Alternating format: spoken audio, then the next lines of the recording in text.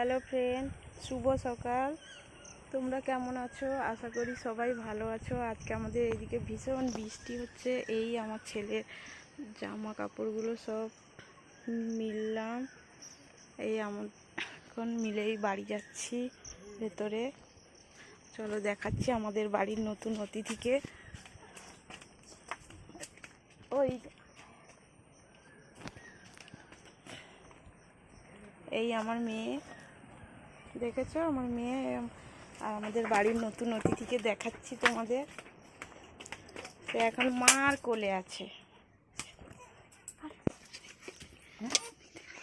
এই যে আমার মা, দেখেছো? আর এই যে আমাদের বাড়ির নতুন অতিথি শুয়ে আছে এখন।